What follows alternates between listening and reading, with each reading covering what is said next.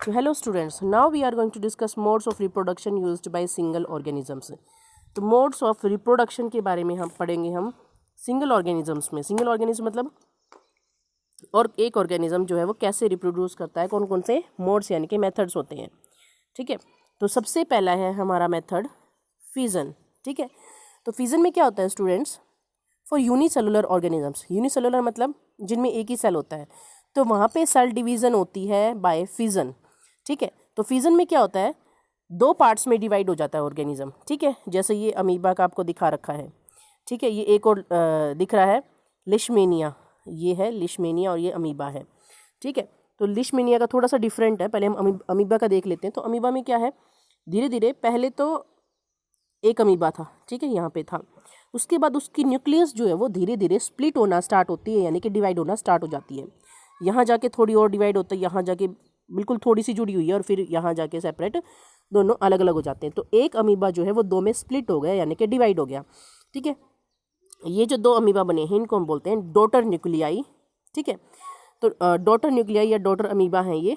ठीक है, और ये था हमारा सिंगल पेरेंट अमीबा। ठीक है, तो एक से बाइनरी का मतलब होता है, यहाँ पे बाइनरी फिजन हो रहा है। फिजन जो है दो टाइप का है, बाइनरी फिजन और मल्टी फिजन। बाइनरी फिजन में क्या होता है, जो एक जो पेरेंट है, पेरेंट ऑर्गेनिज्म है, वो दो में डिवाइड हो जाता है, और मल्टी में एक पेरेंट से जो है बहुत सारे मतलब मल्टीपल कई ऑर्गेनिजम्स न्यू इंडिविजुअल्स बनते हैं। न्यू इंडिविजुअल्स मतलब नए जीव बनते हैं उसी तरह के। ठीक है, तो यहाँ पे बाइनरी फिजन होता है अमीबा में, यानी कि एक अमीबा से दो अमीबा बनते हैं।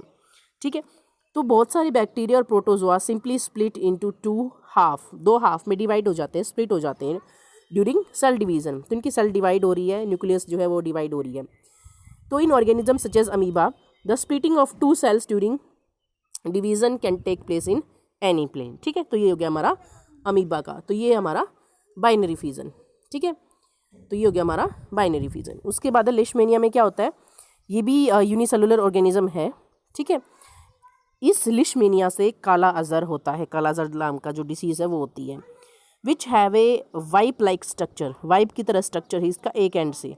ठीक है, तो ये कैसे डिवाइड होता है, इसकी भी सेम यही है, इसकी भी ये न्यूक्लियस थी बीच में, ये धीरे धीरे स्प्लिट होना स्टार्ट हुई, दो बनी, और इस तरीके से ये ऐसे दो पार्ट्स में डिवाइड हो गया। ठीक है, तो ये दो पार्ट्स में जो है वो डिवाइड हो जाता है। ठीक है, तो दो पार्ट्स में ही डिवाइड। ठीक है, तो लिशमेनिया में जो है इस तरीके से डिवीजन होता है, तो ये भी बाइनरी फिजन है। ठीक है, ऊपर अमीबा में था बाइनरी फिजन, बाइनरी का मतलब एक से दो ऑर्गेनिज्म बनना। ठीक है, तो यहाँ पे भी हमारे दो ऑर्गेनिज्म बन रहे हैं लिशमेनिया में भी। ठीक है, सो binary fission occurs in definite orientation, मतलब डेफिनेट ओरिएंटेशन मतलब एक विशेष दिशा में होता है ये। ठीक है, नेक्स्ट है other single celled organism such as the malarial parasite plasmodium. तो प्लाज्मोडियम में क्या होता है, मल्टीपल फिजन होता है। लिशमेनिया में और हमारा अमीबा में जो था वो बाइनरी फिजन था। ठीक है, कुछ ऐसे होते हैं जैसे जो मलेरिया फैलाता है पैरासाइट प्लाज्मोडियम, उसमें मल्टीपल फिजन होता है, यानी कि एक जो ऑर्गेनिज्म है, एक जो प्लाज्मोडियम है, उसकी जो न्यूक्लियस है वो बहुत सारे न्यूक्लियस में डिवाइड हो जाती है, और उसे बहुत सारे जो है न्यू ऑर्गेनिज्म जनरेट होते हैं या ग्रो होते हैं। ठीक है, तो ये हो गया हमारा मल्टीपल फिजन। ठीक है, नेक्स्ट हम करेंगे फ्रेगमेंटेशन। तो फ्रेगमेंटेशन का मतलब होता है पीसीज में डिवाइड होना, टुकड़ों में टूटना। ठीक है,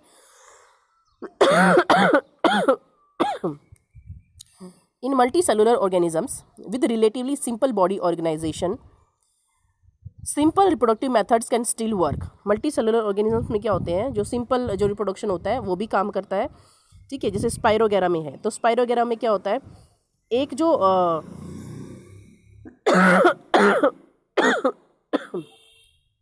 जो ऑर्गेनिज्म है वो कई हिस्सों में डिवाइड हो जाता है, टूट जाता है। ठीक है, जैसे कि ये एक स्पाइरो वगैरह में भी होता है, एल्गी में भी होता है। ये एक पूरी जो है एक ऑर्गेनिज्म था, या एक स्पाइरो वगैरह थी, या एक एल्गी थी, तो वो कई हिस्सों में टूट जाएगी। ठीक है, इससे जो है अलग ऑर्गेनिज्म बनेगा, इस वाली से अलग, इससे अलग, इससे, तो इस तरीके से चार बन गए। ठीक है, दो में भी टूट सकती है, तीन में भी टूट सकती है, ठीक है, चार में भी टूट सकती है। तो इस तरीके से सिंपल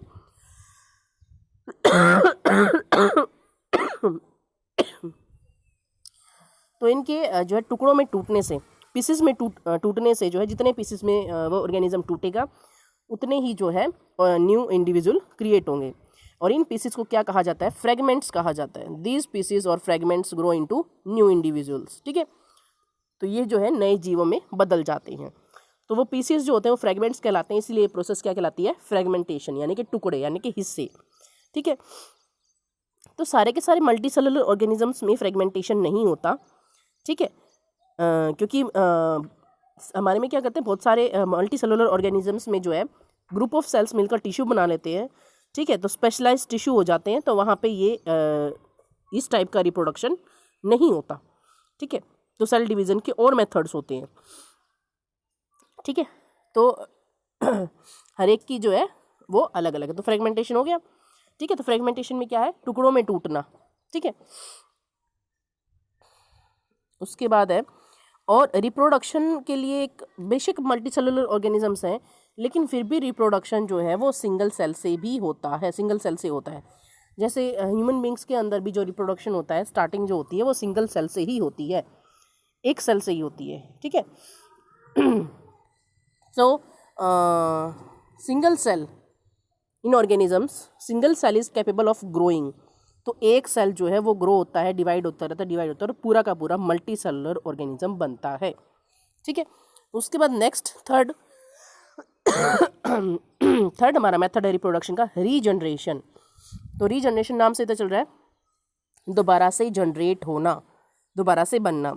ठीक है, तो बहुत सारे ऐसे ऑर्गेनिजम्स हैं जिनमें एबिलिटी है to give rise to new individual organisms from their body part, यानी कि अपने बॉडी पार्ट से नए इंडिविजुअल को ग्रो करने की, जन्म देने की एबिलिटी है बहुत सारे ऑर्गेनिजम्स में। ठीक है, तो मतलब अपने ही बॉडी के हिस्से से एक नया जीव बन जाता है उनका। ठीक है, या अगर कोई ऑर्गेनिज्म इज समहाउ कट और broken up into many pieces, अगर कोई ऑर्गेनिज्म जो है वो टूट जाता है कई हिस्सों में। ठीक है, तो उन हिस्सों से अलग सेपरेट इंडिविजुअल्स बनते हैं। जैसे हाइड्रा में, प्लेनेरिया में, उनको आप हिस्सों में काट दोगे तो हर एक हिस्से से एक कंप्लीट ऑर्गेनिज्म ग्रो करेगा। ठीक है, देखो यहाँ पे है, simple animals like hydra and planaria can be cut into any number of pieces and each piece grows into a complete organism, this is known as regeneration. तो आप ऑर्गेनिजम्स को, इन ऑर्गेनिज्म को कितने भी हिस्सों में काट दो तो हर एक हिस्से से एक नया ऑर्गेनिज्म बनेगा। तो इस जो है मेथड को क्या कहा जाता है? रीजनरेशन। ठीक है, जनरेशन से और जनरेशन बनना। ठीक है, और regeneration is carried out by the specialised cells, और ये जो रीजनरेशन है ये किससे कैरीड आउट किया जाता है? बाय स्पेशलाइज्ड सेल्स से। ठीक है, स्पेशल सेल्स होते हैं उनसे किया जाता है। ठीक है, तो जैसे ये दिखा रखा है हमारा, प्लेनेरिया के अंदर दिखा रखा है, प्लेनेरिया को 3 हिस्सों में बांटा, हर एक से नया इंडिविजुअल बन गया। ठीक है, so regeneration is not the same as reproduction. Regeneration जो है रिप्रोडक्शन की तो तरह नहीं होता। ठीक है, लेकिन most of organisms could not normally depend on being cut up able to reproduce. इनके सारे के सारे ऑर्गेनिजम्स जो है कट करके रिप्रोडक्शन के लिए कैपेबल नहीं होते। जैसे हमें भी कट कर दिया जाए तो हम रिप्रोड्यूस नहीं कर सकते, हमारा अलग मेथड है, लेकिन प्लेनेरिया में ऐसा होता है। ठीक है, ठीक है, तो जितने पीसेस आप इसके करोगे एक नया ऑर्गेनिज्म बन जाएगा। ठीक है, नेक्स्ट है हमारा बडिंग। नाम से ही पता चल रहा है कि बड निकल आना। तो इसमें क्या होता है, एक ऑर्गेनिज्म जैसे ये हाइड्रा है, इसमें साइड में एक बल्ब लाइक प्रोजेक्शन सा निकल आता है, आउटग्रोथ, बड की तरह एक उभार आ जाता है, आउटग्रोथ आ जाती है।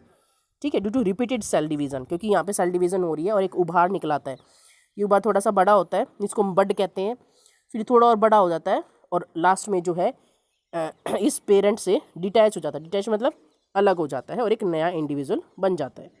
ठीक है, जैसे यहाँ लिखा हुआ है, these birds develop into tiny individuals and when fully mature, जब फुली मैच्योर हो जाते हैं then detach from the parent body. तो ये पेरेंट बॉडी से अलग हो जाते हैं और नए इंडिपेंडेंट इंडिविजुअल्स में बदल जाते हैं। ठीक है, मतलब इस बर्ड से जो है ये जो यहाँ से निकलेगा ये पूरा मैच्योर ऑर्गेनिज्म यानी कि नया ऑर्गेनिज्म बन के निकलेगा। ठीक है, तो ये हमारे कुछ मेथड से रिप्रोडक्शन के। नेक्स्ट है हमारा 5th वेजिटेटिव प्रोपेगेशन। ठीक है, तो वेजिटेटिव प्रोपेगेशन में क्या होता है, एक तो हम सीड्स की हेल्प से किसी भी प्लांट को ग्रो करते हैं, ठीक है। एक हम स्टेम मतलब विदाउट सीड्स का यूज़ नहीं करते, उसके अलावा रूट से, स्टेम से, लीव से, इन चीज़ों से नया प्लांट ग्रो करते हैं, ठीक है। तो नए प्लांट का ग्रो होना विदाउट सीड्स, वो मेथड हमारा क्या कहलाता है? वेजिटेटिव प्रोपेगेशन, ठीक है। तो ये सारे वेजिटेटिव पार्ट्स हैं, रूट, स्टेम, लीव्स के या बड क्या हो गए? वेजिटेटिव पार्ट्स हो गए, ठीक है। Unlike in most animals, plants can indeed such as mode of reproduction. तो ये मोड ऑफ जो रिप्रोडक्शन होता है ये मेनली प्लांट्स के अंदर होता है।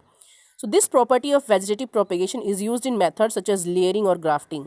इस तरीके का मेथड जो है लेयरिंग और ग्राफ्टिंग में यूज़ किया जाता है टू ग्रो मैनी प्लांट्स, बहुत सारे प्लांट्स को ग्रो करने के लिए, like sugarcane, roses, grapes, for agriculture purpose.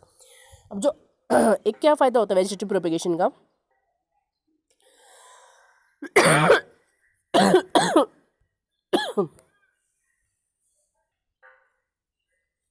तो क्या फ़ायदा होता है इसका? जैसे अच्छी किस्म, अच्छी क्वालिटी, गुड क्वालिटी के जो है प्लांट्स ग्रो होते हैं, बहुत जल्दी इन पे सीड्स आते हैं, ठीक है, बहुत जल्दी ग्रो करते हैं ये। एक तो हम बीज लगाएं, ठीक है, जो बीज वाला पौधा होगा वो टाइम लगाएगा ग्रो करने में, ठीक है। और जो फ्रूट्स होंगे उस पर वो भी काफ़ी टाइम बाद आएंगे। लेकिन जो वेजिटेटिव प्रोपेगेशन वाले, कटिंग वाले, ग्राफ्टिंग वाले जो प्लांट्स होते हैं उन पे बहुत जल्दी, आपने देखा होगा कई पेड़ अनार का है, अमरूद का है, तो उन पे बहुत जल्दी जो है वो फल आ जाते हैं। फ्लावर्स में भी छोटा छोटा रोज़ का प्लांट है तो उसमें बहुत जल्दी फ्लावर आ जाते हैं, तो वो वेजिटेटिव प्रोपेगेशन से आते हैं। अच्छा, हम डिज़ायर्ड क्वालिटी, बहुत अच्छी क्वालिटी भी इससे बना सकते हैं। कैसे? रूट वाला जो पार्ट लो वो अलग प्लांट का लो, अपर जो पार्ट लो वो किसी दूसरे प्लांट का लो, दोनों को जोड़ देते हैं, ठीक है। कट करके जोड़ते हैं तो ग्राफ्टिंग कहा जाता है उसको। तो उससे जो है बहुत अच्छी क्वालिटी का हमारे पास पौधा बन जाता है, ठीक है। बहुत जल्दी जो है उस पर फ्रूट्स आते हैं, ठीक है। और ऐसे ही हम जोड़ के मिला के एक ही प्लांट पे अलग अलग फ्लावर्स के पौधों को जोड़ सकते हैं। जैसे रोजेज़ हैं तो रोजेज़ की बहुत सारी क्वालिटीज़, टाइप्स हैं, मतलब अलग अलग किस्म के हैं। जैसे रेड रोजेज़ हो गए, पिंक हो गए, वाइट हो गए, येलो हो गए, ठीक है, ऑरेंज हो गए। तो एक ही प्लांट पे हम बहुत सारे लगा सकते हैं। कैसे? हर एक की अलग अलग की वो लो, मतलब टहनी सी लेनी होती, थोड़ी सी छोटी सी ट्विग जिसको बोलते हैं हम। तो उनको एक मेथड होता है ग्राफ्टिंग वाला मेथड, तो उनको चार लेनी है, 5 लेनी है, तो उनको काटा जाता है नीचे से थोड़ा थोड़ा, ठीक है, और आपस में जोड़ दिया जाता है। तो थोड़े टाइम बाद वो जुड़ जाएंगी, ठीक है। इसका भी एक सही मेथड होता है, सही मेथड से जोड़ा जाए तो वो जुड़ने के बाद हर एक टहनी पे एक अलग फ्लावर आएगा, ठीक है। तो ये किस चीज़ से पॉसिबल है? सिर्फ वेजिटेटिव प्रोपेगेशन से ही पॉसिबल है, ठीक है। हम शुगर केन, गन्ना लगाते हैं, उसको भी क्या करते हैं? एक कली सी होती है, निकली होती है, साइड में बड निकली होती है गन्ने की। हर एक जो एक पार्ट होता है, यानी कि छोटा सा पार्ट होता है शुगर केन का, जिसको हम पोरी बोलते हैं, ठीक है। तो वो लेते हैं, उससे बोते हैं, कोई बीज की ज़रूरत नहीं होती, वो बोया उससे नया पौधा बन जाता है। तो ये क्या है? वेजिटेटिव प्रोपेगेशन, ठीक है, ठीक है ना। तो ये हो गया हमारा वेजिटेटिव प्रोपेगेशन। फ़ायदे क्या हैं? बहुत जल्दी फ्रूट आता है, can bear flowers and fruits earlier than those produce from seeds. बहुत जल्दी जो है इस पर फ्रूट और फ्लावर्स आते हैं, ठीक है। और such methods also make possible the propagation of plants just banana. अब बनाना का कोई बीज नहीं होता, ठीक है, रोज़ का नहीं होता, जैस्मिन का नहीं होता, ठीक है, ये सीड्स नहीं बना सकते। तो ये पौधे सिर्फ और सिर्फ उग सकते हैं किसकी हेल्प से? वेजिटेटिव प्रोपेगेशन की हेल्प से, ठीक है, ठीक है ना। तो वेजिटेटिव प्रोपेगेशन की हेल्प से ये उगते हैं, ठीक है।